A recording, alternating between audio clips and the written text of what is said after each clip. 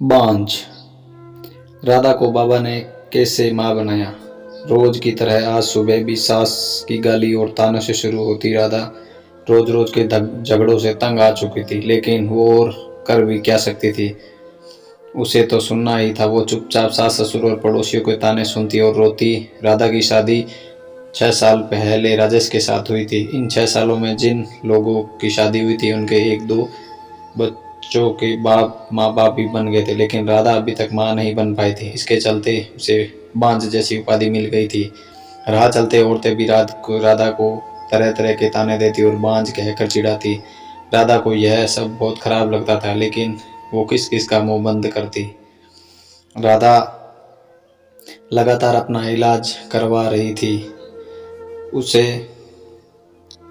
और वो कर भी तो क्या सकती थी। एक दिन पड़ोस में एक बच्चा खेलते खेलते राधा के घर आ गया। बच्चे को देख राधा ने उसे अपनी गोद में बिठा लिया, उसे प्यार से चूमने लगी। जब सास ने राधा को दूसरे के बच्चे को चूमता हुआ देखा तो वो बिखर पड़ी और उसे गोद से बच्चे को छीन लिया। छीनते हुए बोली, कल मुही बच्चा पैदा करने की तो ताकत है नहीं, दूसरों के बच्चे पर अपना मुंह बहलाती है। अरे तू कर भी तो क्या सकती है, तू तो बंजर जमीन की तरह है जहाँ फसल तो दूर घास उगना भी पसंद नहीं करते। जब राधा से सास की बातें सुनी नहीं गई तो वो अपने कमरे में अंदर जाकर दरवाज़ा बंद करके रोने लगी। रात को राजेश के आने के बाद रोती हुई सारी बात उसे बता दी और बोली, मैं बड़ी अभागन हूँ, मैं किसी की इच्छा पूरी नहीं कर सकती, ऊपर से मुझ पर बांझ होने का धब्बा भी लग चुका है।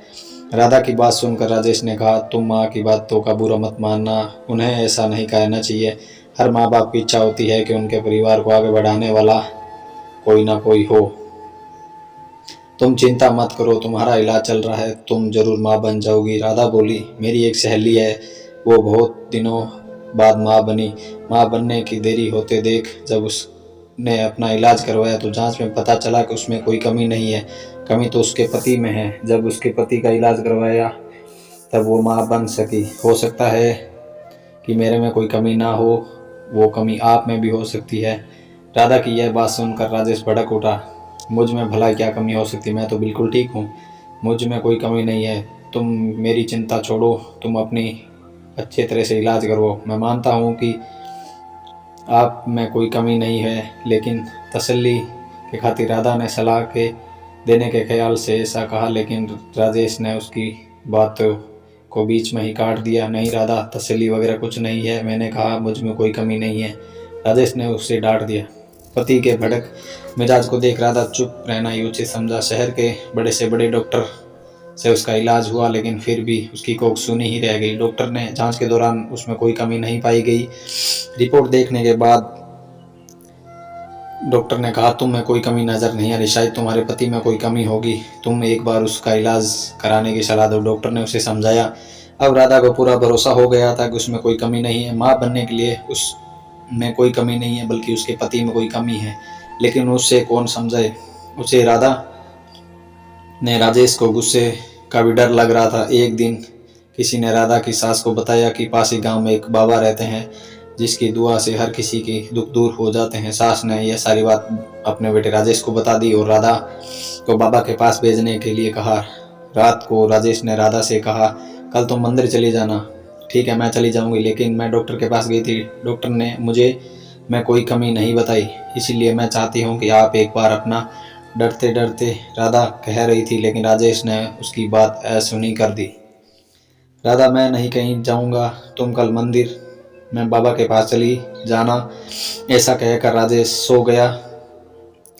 राधा ने भी अपने माथे पर लगे बांझपन के धब्बे को मिटाने के लिए बाबा के पास जाने का मन बना लिया। दूसरे दिन वो सवेरे नहा धोकर बाबा के पास जाने के लिए तैयार थी। मंदिर में लगी भीड़ को देखकर उसे भरोसा हो गया था कि बाबा की दुआ उस पर बनी रहेगी। राधा बाबा के पैरों में गिर पड़ी और कहने लगी, बाबा मेरे दुख दूर करो, मैं 6 साल से बच्चे का मुंह देखने के लिए तड़प रही हूँ। उठो बेटा, निराश मत हो, तुम्हें औलाद का सुख जरूर मिलेगा, लेकिन इसके लिए तुम्हें माहवारी होने के बाद यहाँ 4 दिन तक रहकर लगातार पूजा करनी होगी। ठीक है बाबा, मैं जरूर करूँगी। राधा खुशी खुशी घर गई। घर आकर उसने सारी बात अपनी पति को बताई। मैं मैं कहता था नहीं, जो काम दवा नहीं कर सकती वो काम कभी कभी दुआ कर सकती है। बाबा की दुआ पाकर अब तुम माँ जरूर बनोगी, ऐसा मुझे भरोसा है। तुम ठीक समय पर बाबा के पास चली जाना। राजेश ने खुश होते हुए कहा। राधा अब बेसब्री से माहवारी होने का इंतजार करने लगी। कुछ दिन बाद ही उसे माहवारी हो गई। माहवारी पूरी होने के बाद राधा फिर बाबा के पास गई। उसे देखते ही बाबा ने कहा, बेटी, जैसा मैंने तुम्हें पहले कहा था, यहाँ रहकर 4 दिन तक लगातार पूजा करनी पड़ेगी, तुम माँ बन सकोगी। जी बाबा, मैं रहने के लिए तैयार हूँ। राधा ने कहा, ठीक है, तुम अंदर चली जाओ, रात को तुम्हारे लिए पूजा करनी शुरू करेंगे। चलो। बाबा की अपनी चाल कामयाब होते देख बाबा मन ही मन बहुत खुश हुए। रात को बाबा ने राधा से कहा, बेटी, इस पूजा के दौरान कोई भी देवी देवता खुश होकर तुम्हें औलाद दे सकते हैं। इस दौरान तुम्हें चुपचाप सब कुछ सहन करना पड़ेगा, नहीं तो तुम कभी मां नहीं बन पाओगे। जी बाबा जी, मैं सब कुछ सहन कर लेकर तैयार हूँ, बस मुझे औलाद हो जानी चाहिए। राधा के इतने कहने पर बाबा ने उसे कोठरी में ले गए और वहाँ हवन कुंड बना हुआ था, उसमें आग जल रही थी। बाबा ने उसे वहाँ पर बिठा दिया और वो भी बैठकर जाप करने लगे। कुछ देर बाद जाप करने के बाद बाबा ने कहा, राधा, देवता मुझ में समा चुके हैं, वो तुम्हें औलाद का सुख देना चाहते हैं, इसलिए तुम चुपचाप अपने बदन के सारे कपड़े उतार दो और औलाद पाने के लिए मेरे पास आ जाओ, वो तुम्हें दुआ देना चाहते हैं। राधा ने यह सोचा कि बाबा में देवता समा चुके हैं और देवता जो भी करते हैं गलत नहीं करते हैं, इसलिए उसने अपने बदन के सारे कपड़े उतार दिए। बाबा उसके अंग से खेलने लगे और दुआ देने के नाम पर उसकी इज्जत पर डाका डाल दिया। 4 दिन तक लगातार बाबा ने इसी तरह की पूजा के बहाने राधा से बड़े ही शारीरिक अच्छे संबंध होने। 5वें दिन बाबा ने कहा, राधा बेटी, हमारी दुआ कबूल हो गई है, पूजा भी हो गई है, अब तुम घर जा सकती हो, अब तुम जरूर माँ बन जाओगी। बाबा की दुआ से लेकर वो खुशी खुशी घर लौट आई। 9 महीने के बाद राधा माँ बन गई। उसे बाबा की दुआ लग गई। उसके माथे से बोझपन का धब्बा मिट चुका था। घर के सारे लोग बहुत खुश थे। राजेश को अब यकीन हो गया था कि उसे भी बाप बनने की ताकत है, लेकिन सच्चाई से अनजान था।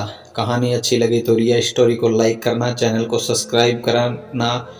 इस तरह हर रोज़ नई नई कहानी लेकर आता हूँ आप सबके लिए। तो दोस्तों, वीडियो को शेयर ज़रूर कर देना और नए हो तो चैनल को सब्सक्राइब ज़रूर कर लेना। जय हिंद, जय भारत।